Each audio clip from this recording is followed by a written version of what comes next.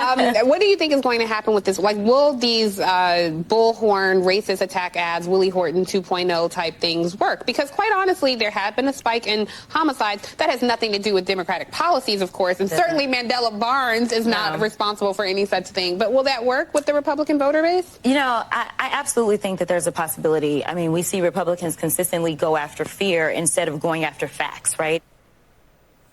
That was MSNBC's Tiffany Cross during an interview with Texas State Representative and 2022 House candidate Jasmine Crockett about crime rates in the GOP. In that clip, they were referencing Wisconsin Lieutenant Governor Mandela Barnes, who is running to be Democratic senator in the November midterms. And I kind of thought it just encapsulates everything that is wrong with sort of mainstream media, progressive punditry on these issues, just saying, oh yeah, you know, crime is way worse. But now, of course, that's not anything having to do with Democratic policies. Of course, it's just, let's take that off the table. But, you know, will Republicans trick people into thinking their safety is actually at issue, and they might, you know, want different candidates or different policies? It's the kind of sort of self-deluding, naive, you know, approach to these issues that is just, I think, so unpersuasive outside of that literal table discussion.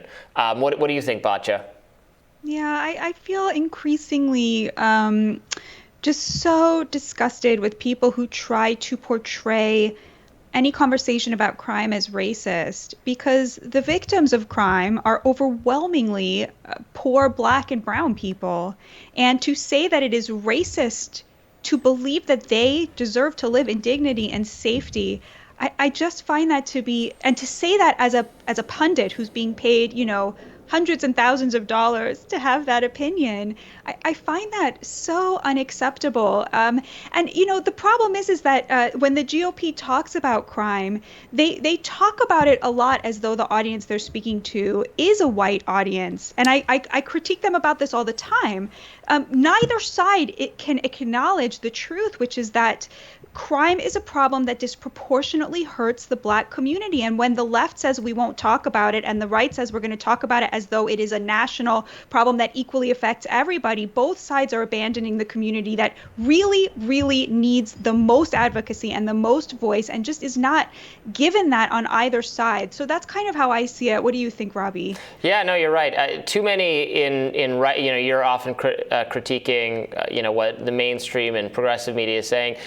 And I feel the same way about conservative media. Too often in conservative media, it makes it sound like it's right. Illegal immigrants are streaming across the border and then entering affluent neighborhoods and, you know, engaging in crime against wealthy white people. No, that is not happening. That's not what's happening. The crime increase is worst in the places, just like you said, where low-income Americans, and in particular Americans of color, are living and forced to deal with it and forced to handle, you know, what's happening. It's different. It's not the same in every city. Some cities have fared better than others. I note that Philadelphia, often not discussed, is by far the worst crime increase of all. It's horrible there compared to it's just as bad as it was, you know, 30 years ago, before the kind of general drop in crime occurred throughout the country. And look, I'm perfectly, we need to have a policy. I'm not sure what the right policies are. We need to discuss them. Look, I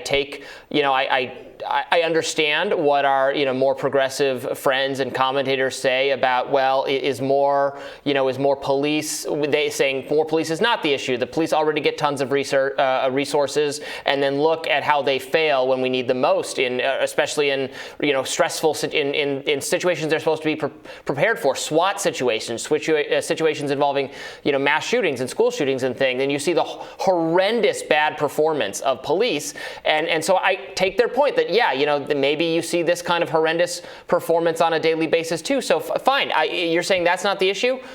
I get it, but that's not the solution. Well, then what is the solution, though? Because then it's just, I think it's unsatisfying if the solution is just, yeah, well, we need to invest more in housing and we need to invest more in welfare and in communities. But what does that look like? Because, you know, millions of dollars, billions of dollars are already thrown at this, at that project. And it seems to be, you're saying it's more money? Oh, well, okay, but is that really what it is? I'm not persuaded by that. I a little bit disagree with you. I think sociologists have concluded that just having more cops on the street is the only thing you can really do to get crime down. And we are right now in a police shortage. So yeah, it could be we're spending the money on the wrong thing. I don't know that they need tanks. I think left and right, I mean, it's time to admit that the war on drugs has been a big mistake in the way that it's been carried out in this sort of war way, right? But we need to find a way to incentivize the hiring of more police officers, because that does seem to be the one thing that keeps crime down. Although when I talk to police officers, they'll often tell me that the criminals have become much more brazen, especially this is the case in New York, because they know that the energy, the political energy, is on the bail reform side of things. And so they will just do things that they would never do in front of police officers. And police officers now will sort of think, well, do I address this? I don't want to be the next, viral video. And so there's this sort of huge incentive to just allow this to continue. And of course, communities of color suffer the most. I do want to point out there's a little bit of hypocrisy here in Democrats saying that we're sort of that Republicans are fear mongering about crime. I mean, aren't they the biggest fear mongers when it comes to questions like, threats to our democracy, semi-fascists? I mean, talk about fear mongering, calling half of the nation fascists, right? It's sort of a crime that's equally shared by both sides. Although I just don't think it's not fair to say that it's fear mongering when you talk about crime, because there is a crime wave happening. What's fear mongering is for a white politician to say, like, I can't remember who it was who said on Twitter the other day, I can't think of a single major city where I'd be comfortable taking my children on vacation. I mean, come on, if you're like an affluent white person coming to New York City, hanging out in the Met, like, you're not going to be subjected to this like a family living in Bed-Stuy, like a family living in Brownsville, who their children literally can't get to school without passing through gang territory. I guess I'm not persuaded, though, then by the excuse that police are making, saying, well, if they're saying, oh yeah, we don't want to be, we don't want to get in trouble, so we're just not going to, do the kind of policing that's necessary anymore. That actually makes me even less sympathetic. You're not doing your jobs. Do your jobs. You're supposed to do your jobs. And I guess I'm not. It can't be right. If you're on a viral video, beating someone up unprovoked, you're going to get in trouble for it. It seems like, police have gotten in trouble for genuine cases of abuse that got caught on camera. It doesn't seem to me so fuzzy that they should be able to, they will not be in trouble if there's footage of someone arresting someone who needed to be arrested or is resisting or is, the footage of what was Jacob Blake, was that was the guy with who reached for the knife in the car, and then he got shot. And I understand from having seen that video footage why the police reacted the way they did in that one. Then we'll see footage of no knock raids where they bang down somebody's door and a confused person is disoriented and then they shoot him. And I go, okay, well, that's not legitimate. That was bad. It seems to me like the public is capable of sorting through. I understand the police perspective on that one, and this one I don't, and this one was totally disproportionate. It should not have happened.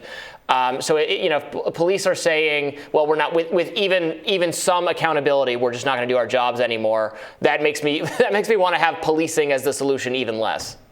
Well, so the cop that said that to me after two police officers were put on administrative leave for chasing down these guys were doing donuts on ATVs. Is that what they're called? Yeah. And the police sort of started to chase after them, and the people in the car smashed the car into a wall and died. And the police officers were then penalized and put on administrative leave. And so that was a moment where it was like, obviously they were just doing their jobs, but they were penalized for the criminals' actions because they ended up dying. It was just tragic. It's tragic that they died. I don't think that any good police officer would hold it against the people who filmed George Floyd's murder, because they were all, the ones that I know were on the side of George Floyd. They thought that was murder and that was horrifying, and that wasn't policing. That wasn't it. It was the response that came after that, and that continues now in the progressive world, to where the police are always wrong and always bad. And, you know, Robby, a lot of people looked at that Jacob Blake video, and I mean, Kamala Harris then visited his bedside and called him a hero after that video was made public. And I believe that officer was on administrative leave. So it's not so simple. And often, you know, you and I know very well that, you know, Twitter can often, amplify the wrong side of things very much. And that's something that people are sensitive to. Well, we'll continue this discussion at a later date, and we'll have more Rising right after this. Stay with us.